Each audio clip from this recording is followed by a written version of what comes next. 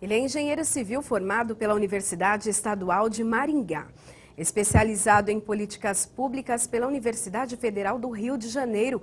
Possui mais de 25 anos de experiência na vida pública.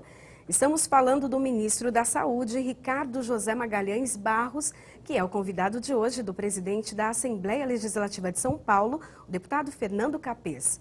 Confira agora um pouco mais desta trajetória.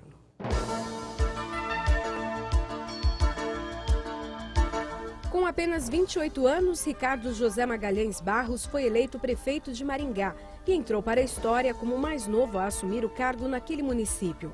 Foi deputado federal por 4 mandatos, sendo líder do governo no Congresso em 2002. Ficou conhecido como um parlamentar articulador, participando como presidente ou integrante de várias comissões, inclusive da Frente Parlamentar da Indústria Pública de Medicamentos. Ainda foi relator geral de orçamento em 2016 e da Comissão Mista de Planos, Orçamento Público e Fiscalização. No Paraná, Barros foi secretário de Indústria, Comércio e Assuntos do Mercosul. Atuou também como membro do Conselho Superior de Infraestrutura da Fiesp e como presidente do Conselho Nacional dos Secretários de Desenvolvimento Econômico. Ricardo Barros é autor do livro De Olho no Dinheiro do Brasil, o Orçamento da União, agora você pode participar, publicado em 2007. Olá, querido telespectador que nos acompanha e nos prestigia na nossa Assembleia Legislativa, aqui no programa Discussão Nacional. Hoje, um tema fundamental para todos nós brasileiros, a questão da saúde. Temos o ministro da Saúde, que é um deputado federal experiente, com vários mandatos e, portanto, tem a sensibilidade política, a capacidade de articulação para trazer recursos para a sua pasta. Mas esse deputado que tem articulação política tem também a experiência administrativa de quem foi o mais jovem prefeito da história de Maringá e a formação de engenheiro e pós-graduação em políticas públicas. Vamos então aproveitar ao máximo esse tempo que o ministro da Saúde, Ricardo Barros, destinou para a nossa TV Assembleia. Ministro, bem-vindo, uma honra tê-lo aqui e já vou emendando a primeira pergunta. Que balanço o senhor já faz da saúde no Brasil, da situação da saúde no Brasil? E eu pergunto, tem jeito de melhorar? Obrigado, Fernando, pelo convite de estar aqui com vocês. A saúde do Brasil tem sim como melhorar. A saúde do Brasil, ela tem um financiamento muito amplo. Nós temos o maior sistema público universalizado de saúde do mundo. São 110 bilhões por ano do governo federal, 70 bilhões dos municípios, 60 bilhões dos estados, que fazem um conjunto de 240 bilhões de investimentos em saúde, e a iniciativa privada que coloca mais do que isso, coloca quase 300 bilhões por ano em saúde das pessoas. Com este PIB de meio trilhão de reais por ano, é que nós lidamos na saúde brasileira e temos conseguido muitos avanços, e agora com uma gestão muito, vamos dizer assim, austera que temos feito, temos produzido bons resultados e ampliaremos o acesso das pessoas à saúde. Bom, o senhor fala em gestão austera e os dados comprovam isso. Nesses primeiros 100 dias de gestão, o Ministério da Saúde obteve uma economia de 384 milhões de reais. Como é que isso foi feito? Quer dizer, com gestão, com contenção de gastos, combatendo o desperdício, negociando com fornecedores, é possível financiar a saúde sem impostos? Eu não vejo um imposto só para a saúde como uma solução. Já aconteceu isso antes, o Jatene conseguiu aprovar a CPMF, os recursos da CPMF foram para a saúde, os recursos livres saíram da saúde. Então, não é possível ter uma ilha de excelência no meio do deserto. A saúde é parte de um governo e dentro do governo nós disputamos a prioridade para a saúde. Este ano, por exemplo, a minha especialidade é orçamento da União. Todos os meus 5 mandatos eu estive na Comissão do Orçamento e conseguimos um orçamento acima do mínimo constitucional de 13,7% da receita corrente líquida. Conseguimos 1 bilhão e 700 a mais e ainda teremos mais 4 bilhões de emendas.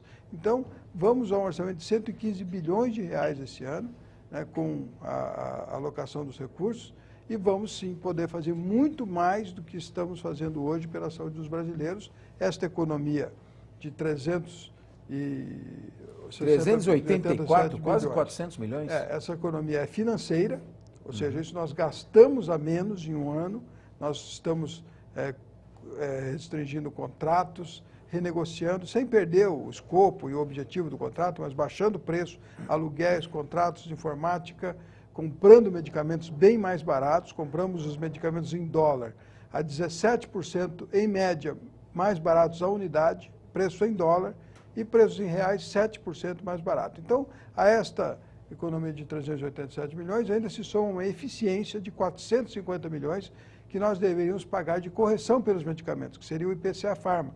Estava previsto no orçamento e nós não gastamos. Então, em 100 dias de administração, 857 milhões de reais de economia, de eficiência na administração.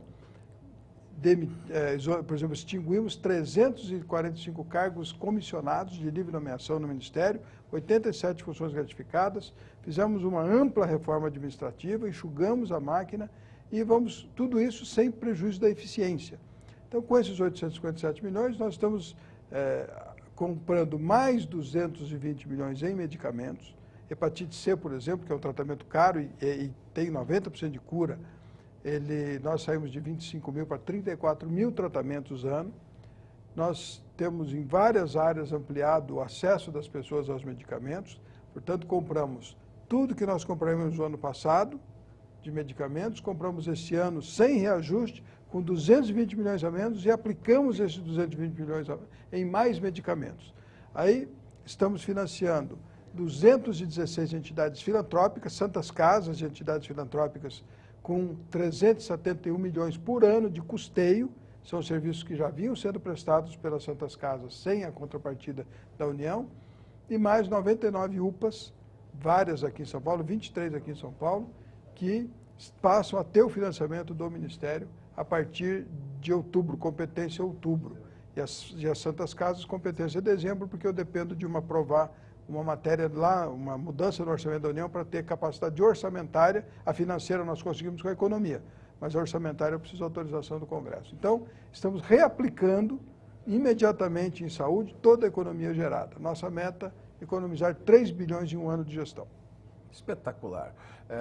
O senhor disse agora há pouco que foram extintos mais ou menos uns 400 cargos em comissão. Isso. Qual que é a média salarial de cada um desses cargos? 5 a 10 mil reais por mês? Para a gente calcular aqui quanto o senhor está já economizando. DAS1, essa economia são 12 milhões e meio de reais, né, que nós estamos economizando só em cargos comissionados. Mas não é só o cargo, o salário que você paga.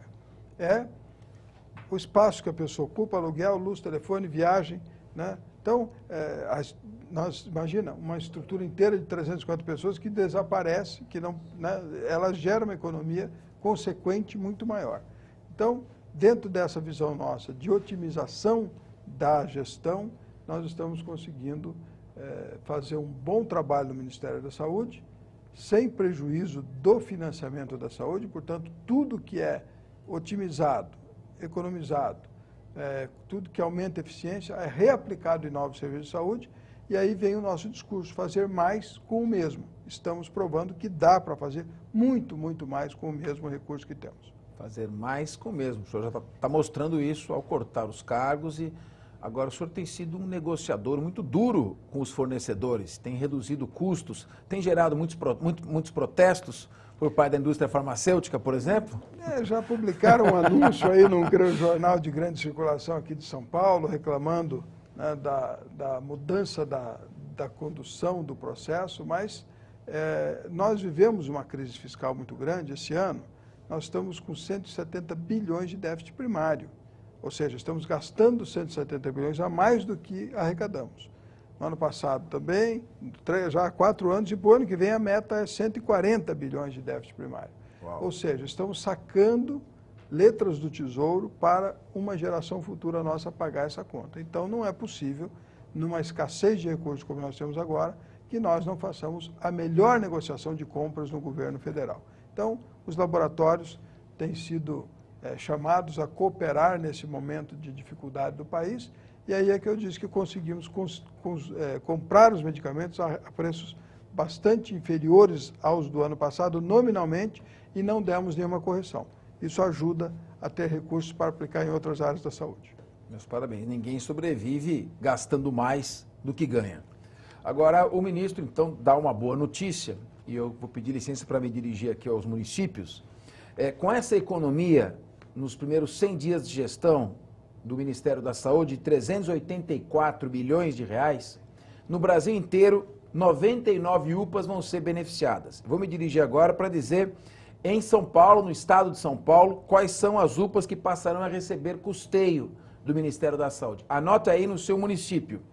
Município de Americana, Franca, Itanhaém, Itaquaquecetuba, Lençóis Paulista, Santa Isabel, São José do Rio Preto, Sertãozinho, Sorocaba, Taquaritinga, Barretos, Campinas, Embu das Artes, Ibitinga, Marília, Mogi das Cruzes, Osasco, Presidente Prudente, Santo André, São José dos Campos, São Pedro, Taubaté e Várzea Paulista. 24 municípios que serão beneficiados dentro dessa economia com 46 milhões e 860 mil reais. Por ano, ad eterno. Ad eterno. E é a boa notícia, custeio, vai ajudar, portanto, na manutenção. Ministro, como é que o senhor está vendo a situação das Santas Casas? Agora há pouco tivemos uma reunião com a Santa Casa de Misericórdia de São Paulo, que atendia 7 milhões de pessoas por ano, hoje atende 2 milhões de pessoas do Brasil inteiro. Como resolver esse problema de gestão das Santas Casas e cobrir esse déficit que foi gerado? Bom, nós estivemos ontem no Congresso Nacional de Hospitais Filantrópicos de Santas Casas. Aí anunciei 4 medidas importantes. A primeira, o Caixa Hospitais, que é uma linha de financiamento para hospitais filantrópicos e Santas Casas, está ampliando de 60 a 84 para 120 meses o parcelamento e com 6 meses de carência. Vai dar um respiro bom para as Santas Casas que desejarem ou precisarem fazer o refinanciamento. Nós estamos liberando 371 milhões por ano de custeio para 216 Santas Casas e hospitais filantrópicos que já estavam prestando serviço de saúde e não vinham recebendo. Assim como essas UPAs já estão funcionando, o prefeito estava bancando sozinho, nós vamos passar a pagar a nossa parte. Grande notícia. Então, as Santas Casas receberão 371 milhões por ano.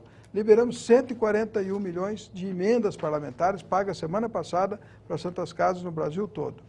E também estamos abrindo uma linha no PROAD SUS, que são os hospitais de excelência, para uma consultoria para que as Santas Casas possam ter essa consultoria na elaboração dos seus planos de recuperação econômica, que são os planos que são apresentados aos bancos para que eles autorizem os empréstimos. Então, as Santas Casas terão uma assessoria dos hospitais de excelência na elaboração do seu plano de reestruturação e na implantação desses planos também no acompanhamento da efetividade da reestruturação das Santas Casas e dos hospitais filantrópicos para que eles possam cumprir o pagamento desses empréstimos que são calcionados com os recursos do SUS.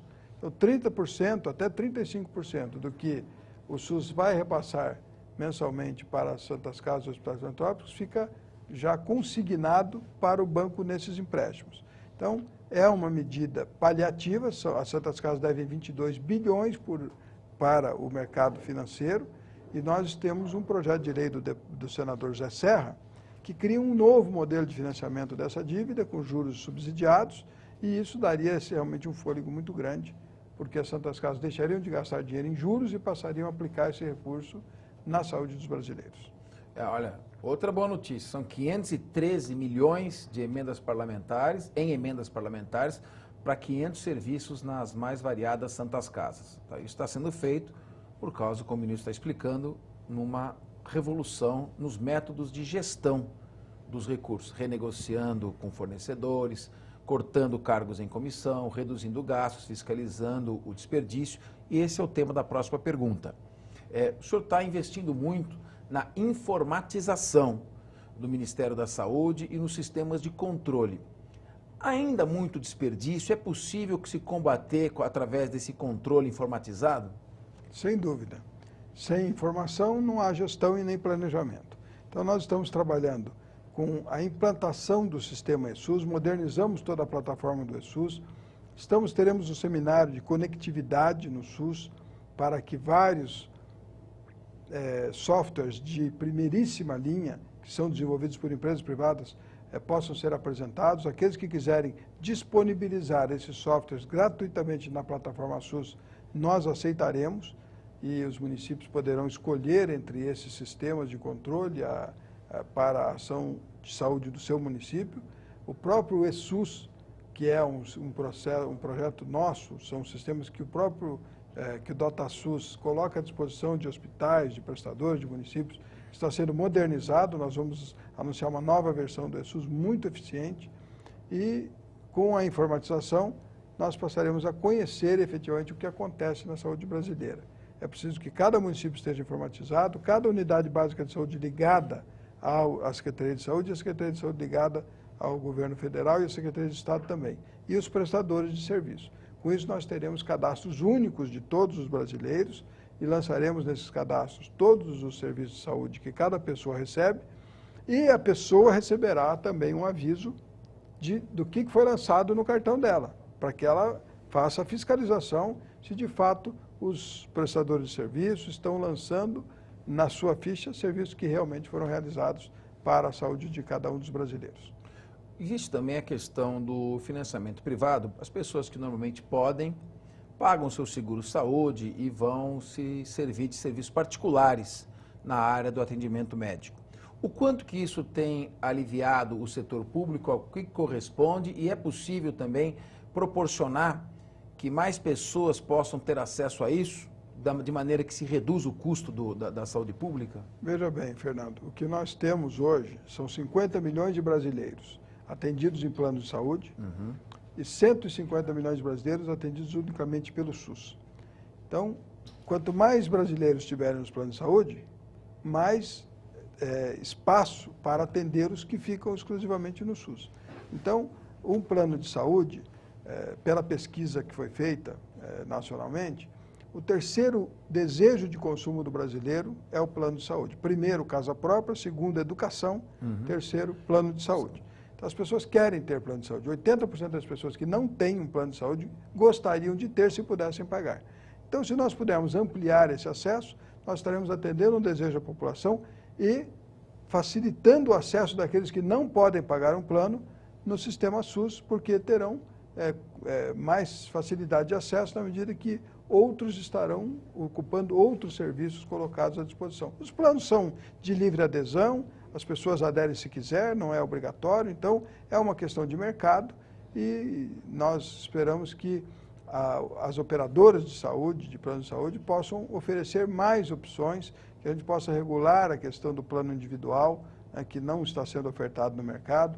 1.300.000.000 de brasileiros, 1.300.000 brasileiros deixaram de ter plano de saúde porque perderam seu emprego e o plano estava acoplado ao seu emprego, e mais 300 milhões de brasileiros deixaram o plano individual porque a dificuldade econômica os impediu de pagar. Então, nós estamos com muitos brasileiros que querem voltar a ter essa assistência de saúde suplementar e que gostaríamos que o mercado pudesse oferecer solução para isso. Então, a Agência Nacional de Saúde estará junto com o setor avaliando isso. Foi criado um grupo de trabalho no Ministério, mais de 20 entidades se dispuseram a participar desse debate, inclusive a Associação Médica Brasileira, a Secretaria Nacional de Defesa do Consumidor e outras entidades de defesa do consumidor e de especialidades, Associação dos Planos de Saúde. Muitos querem discutir essa matéria e vamos ver qual será o resultado desse debate. Eu espero que isso possa propiciar mais acesso das pessoas à saúde.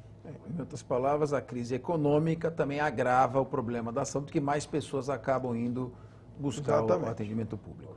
O senhor mencionou há pouco um projeto do senador José Serra, que aliás foi ministro da Saúde, e nesse projeto foi aberta linhas de financiamento, de crédito para a área da saúde, para as santas casas.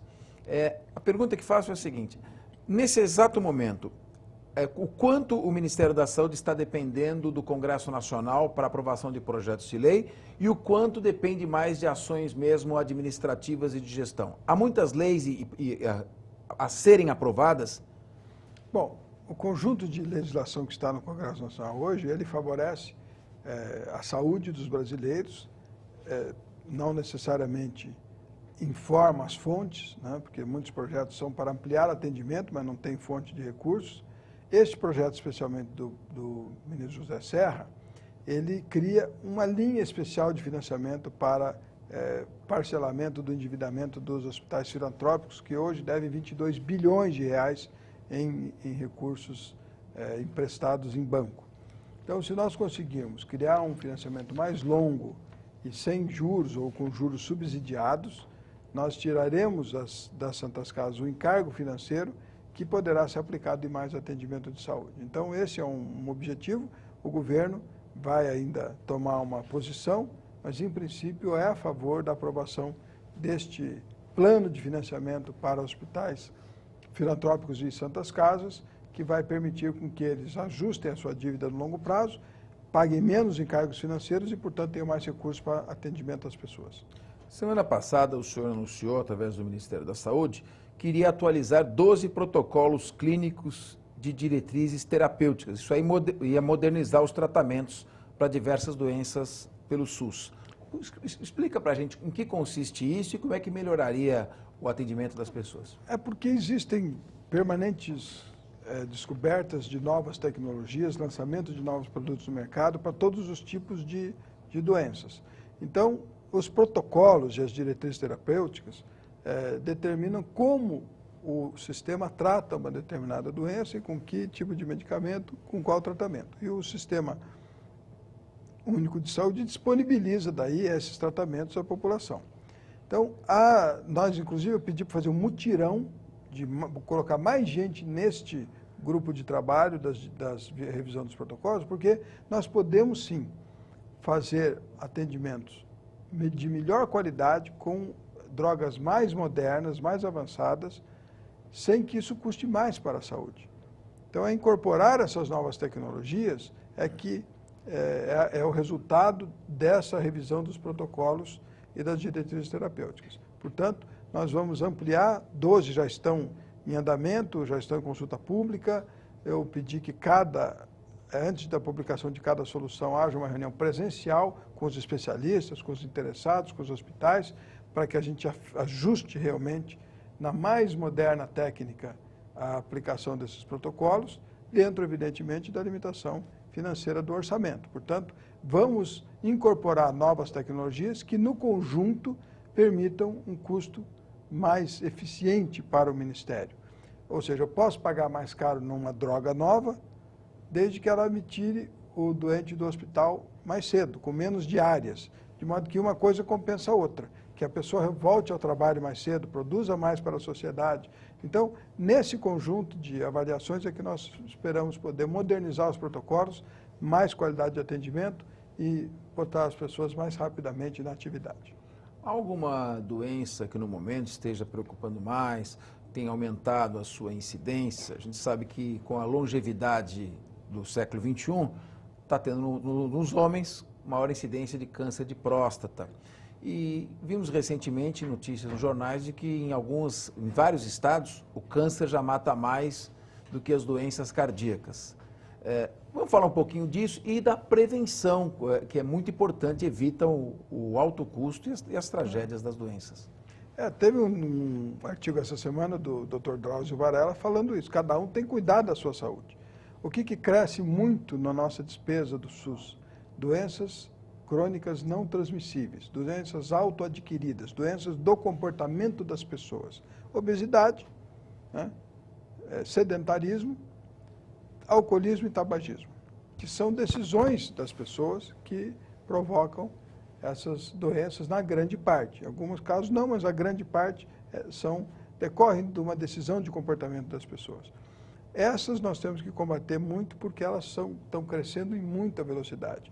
No Brasil hoje, desnutrição é 1,8% da população com desnutrição grave, 7% com desnutrição. Obesidade, 23%. E sobrepeso, 53%. Então, a nossa crise de saúde hoje está no excesso e não na falta da nutrição.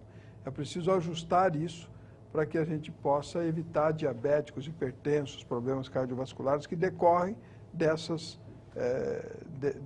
hábitos pessoais que interferem na saúde pública. Então, a cada um cuidar da sua saúde, como diz, é preciso que cada um cuide efetivamente da sua saúde, se preocupe em fazer uma prevenção de saúde, procurar o posto para exames preventivos, fazer exercícios físicos, cuidar da boa alimentação.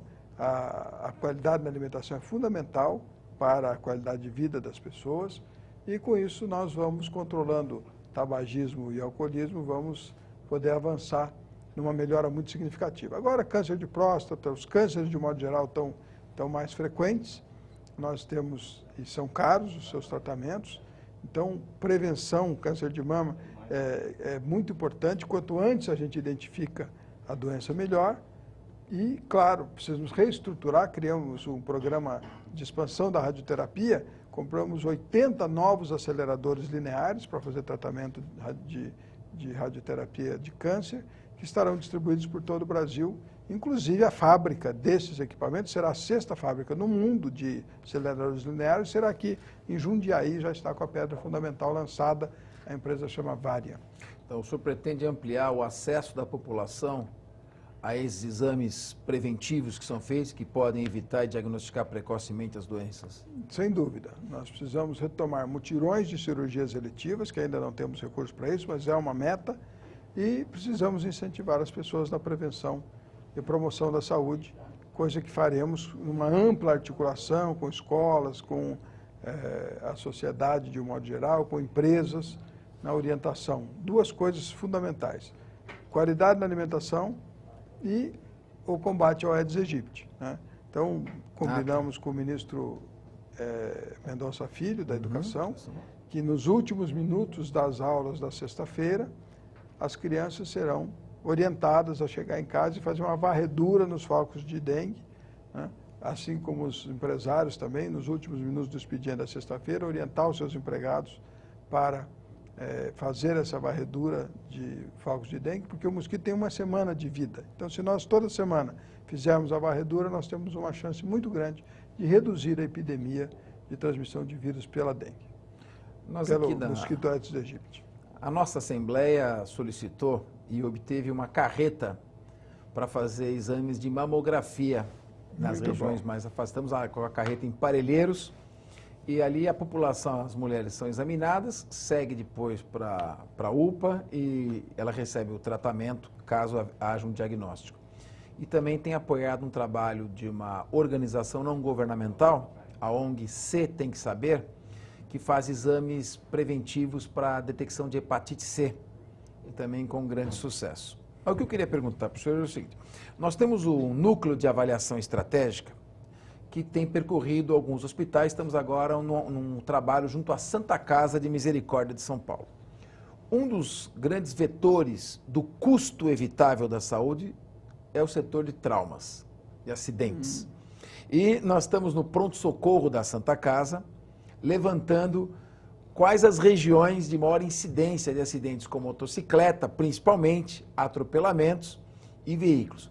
E através de ações junto aos órgãos de trânsito, tentar evitar esses acidentes e minimizar o custo da saúde, que é o chamado custo evitável. Eu sei que o senhor é um engenheiro, um prefeito, uma pessoa muito experiente na política, além de um deputado de sucesso. Como o senhor vê esse tipo de ação para evitar aquilo que pode ser evitado e, consequentemente, além da tragédia humana, todo um custo que poderia ser canalizado para outros tratamentos? Os acidentes de trânsito, eles impactam muito na saúde, chegam a custar 30% dos custos de saúde no Brasil. No Nordeste, acidente de moto é uma coisa muito grave no sentido do custo para a saúde, e impacta muito a previdência também, porque muitas dessas pessoas acabam ficando sequeladas e acabam se aposentando antecipadamente por conta desses acidentes. Então, este é um dos temas que nós temos que enfrentar: redução de acidentes de trânsito, redução de traumas. As 50% praticamente das UTIs são ocupadas com traumatizados, né? Então, isso é uma das metas que nós temos que, com muita atenção, olhar, exigir as campanhas de trânsito do CONTRAN, né? Ele tem recursos para isso, que têm ficado contingenciados, mas é fundamental, campanhas educativas para que a gente possa diminuir acidentes de trânsito e alguns outros mecanismos de controle que nós esperamos fazer. Por exemplo, no Nordeste, Pernambuco, 60% dos acidentados em motocicleta não têm habilitação. Uau! 70% não usam capacete. Então, é difícil. A gente tem a lei precisa ser cumprida, precisa haver uma exigência do cumprimento da lei e nós esperamos criar mecanismos para que a gente possa evitar esse volume enorme de pessoas que, acidentadas no trânsito, ficam sequeladas, afastadas da produtividade, da sua capacidade de até sustentar a sua família. O senhor falou há pouco do ministro da Educação, Mendonça Filho. E nós temos um problema também nas escolas, que é da obesidade infantil, criança com dieta completamente errada, muito refrigerante, doce, ingestão de carboidrato, açúcar. Há possibilidade de um trabalho conjunto entre os ministérios, objetivando esse tipo de prevenção na área da criança e adolescente? Nós temos um protocolo junto com o Ministério da Educação chamado Saúde na Escola, que aí abrange essa questão da merenda escolar, hábitos alimentares saudáveis, orientação às crianças para que a gente possa, que elas levem para dentro de casa uma orientação de hábitos saudáveis de alimentação. E vamos ampliar esta ação agora no Ministério da Saúde. Eu baixei uma portaria do Protocolo da Alimentação Saudável, portanto, no Ministério da Saúde, nas suas vinculadas, só é possível alimentação saudável nas suas instalações, inclusive nos eventos que são contratados, tem um protocolo. Quanto à questão de venda de alimentos superprocessados também, não é possível. Então, nós estamos fazendo no Ministério da Saúde, queremos fazer a esplanada saudável. O presidente Temer está sensível a colocar esse protocolo em todos os órgãos federais, de modo que toda alimentação pública, toda alimentação patrocinada com dinheiro público tem que ser alimentação saudável. Isso vai melhorar muito a demanda sobre a área da saúde. E nós esperamos conseguir fazer uma sensibilização nacional no sentido também do exercício físico, que é fundamental para o equilíbrio da saúde das pessoas. Bom, como o senhor falou em exercício físico, eu me lembrei agora, quando eu era criança, tinha um programa na TV Cultura, jogos de futebol, e lá tinha o lema, esporte é saúde. O senhor tem conversado com o ministro Leonardo Pisciani para tentar, em ações conjuntas, preventivas, estimular as pessoas a praticar o esporte, combater o sedentarismo, a obesidade, e com isso prevenir o que não precisa ser gasto em tratamento posterior. Exatamente. Nós temos feito um trabalho com idosos também, é muito importante. A atividade física de idosos ajuda muito que eles mantenham qualidade de vida, mas propus também um programa de biometria com o Ministério da Educação e o Ministério do Esporte. Aí biometria no sentido da compleição física da pessoa, porque a pessoa que tem, os mais altos vão jogar vôlei, basquete, né? Conforme a compleição física da pessoa, ela pode se dar melhor num determinado tipo de esporte, natação, atletismo. E se a gente faz essa biometria e encaminha essas crianças para aquela atividade esportiva onde a sua natureza, né, lhe dá uma vantagem competitiva, elas vão se dar sempre bem, vão tirar bons resultados nas provas e acabam se estimulando a gostar do esporte. Então, existe sim uma articulação para que a gente consiga fazer uma movimentação em torno das pessoas estarem motivadas a fazer atividade física individualmente, porque isso é uma questão pessoal, né? Então, nós estamos criando aí um mecanismo para isso que nós anunciaremos oportunamente. Uma outra área que intersecciona muito com o Ministério da Saúde é a área do apoio às pessoas portadoras de deficiência. Nós temos aqui a secretária Linamara Batistella, que faz um grande trabalho nessa área, muito competente. Até que ponto o Ministério da Saúde pode interagir também para proporcionar que as pessoas que muitas vezes têm dificuldade de respiração, de locomoção, possam ter também um acesso a um tratamento de saúde mais eficaz? Olha, nós temos a parte da acessibilidade, a parte é muito importante para nós, Paralimpíadas estão aí, eu vou comparecer a abertura. A Linamara me insistiu muito que ela está coordenando lá para que a gente compareça, e é correto, tem tudo a ver saúde com Paralimpíadas, e nós vamos estar lá. Então, é importante que hajam programas também específicos para portadores de deficiência e que nós possamos estimulá-los a se integrar cada vez mais com a sociedade. O senhor é um deputado federal experiente, um político já tarimbado, com uma grande atuação no Congresso Nacional. Vivemos hoje um clima de certo antagonismo no Poder Legislativo. Até que ponto esse clima de rivalidade, que se acirrou bastante, pode atrapalhar o trabalho de gestão do Ministério da Saúde? E até que ponto a sua experiência de articulação política pode auxiliar a abrir caminhos e a parar arestas?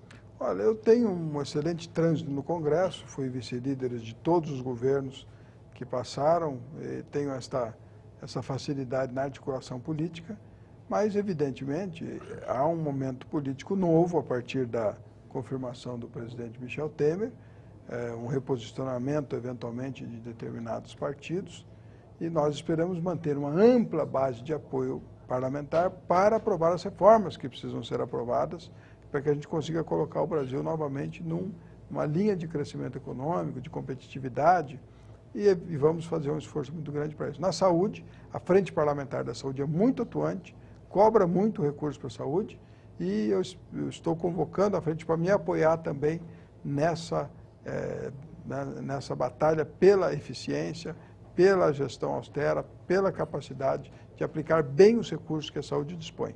Importante arrumar mais recursos? Mas aplicar bem o que temos também é muito importante, é fundamental para os resultados que a população espera.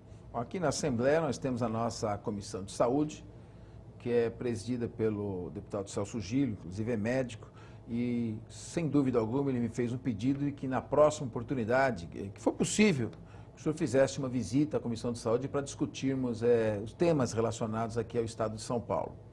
Eu queria também fazer um agradecimento público a Vossa Excelência.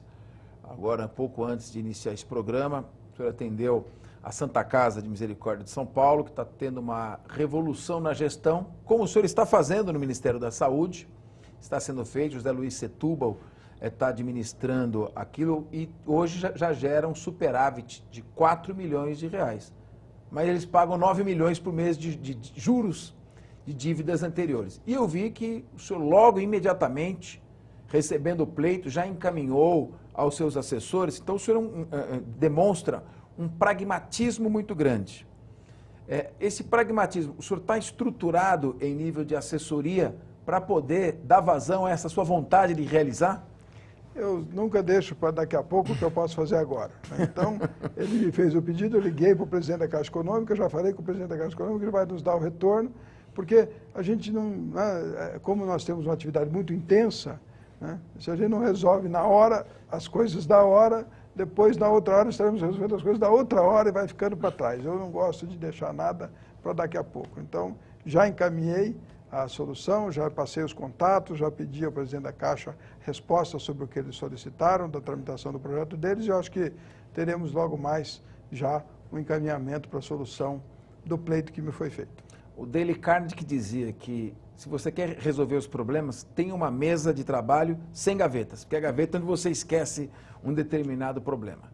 Ministro, nós queremos aqui da Assembleia Legislativa de São Paulo, falo em meu nome e em nome dos 94 deputados. Independentemente de partido político, a questão da saúde, ela é fundamental. Eu vejo no senhor uma pessoa de boa vontade, querendo resolver os problemas, idealista e, ao mesmo tempo, experiente, pragmático. O senhor tem feito um grande trabalho de gestão, tem corrigido recursos, evitado desperdícios, direcionado bem a aplicação do financiamento da saúde pública. Então, que o senhor tem aqui na Assembleia Legislativa um ponto de apoio e que o Estado de São Paulo possa continuar se beneficiando dessa sua gestão moderna, eficiente e experiente. As suas considerações finais. Eu quero agradecer, Fernando, a oportunidade, o convite, sempre que puder estarei na Assembleia. Será um prazer vir debater aqui com a Comissão de Saúde da Assembleia de São Paulo as questões que envolvem a saúde aqui no Estado. e que são lideranças, muitos colegas aqui, deputados já estiveram em Brasília conosco, foram colegas meus também em Brasília, conheço há muitos e eu espero poder ter a oportunidade de, mais vezes, trocar ideias, aprender, conversar, porque os caminhos que estamos tomando na saúde lá no Ministério decorrem de inúmeras reuniões que já fiz, ouvindo a todos, ouvindo 30, 40 pessoas por reunião, respondendo a todos e, com isso, viabilizando uma visão pragmática do que precisa ser feito. Eu espero poder contar com a compreensão da população de que as mudanças necessárias serão tomadas no sentido de melhorar, né, a saúde pública. A defesa do SUS é inconteste, todos defendem o SUS, mas, ao mesmo tempo, todos querem mais do SUS. Então, nós faremos as mudanças para que esse melhor atendimento aconteça o mais rápido possível. Você que nos acompanhou no programa Discussão Nacional e ainda ficou com alguma dúvida, tem algum pleito, por favor, gostaria que você nos encaminhasse os seus pleitos, as suas questões, através da nossa ouvidoria, do nosso núcleo de avaliação estratégica, ou mesmo por meio do site da Alesp. O ministro tem certeza que nós encaminharemos ao ministro, que terá enorme prazer em responder todas as suas questões e solicitações. Muito obrigado pela sua audiência, você foi um privilegiado, como eu, de poder assistir a essa aula de gestão pública na área da saúde e com certeza o ministro vai nos dar a honra de retornar aqui oportunamente. Até o próximo Discussão Nacional. Um abraço.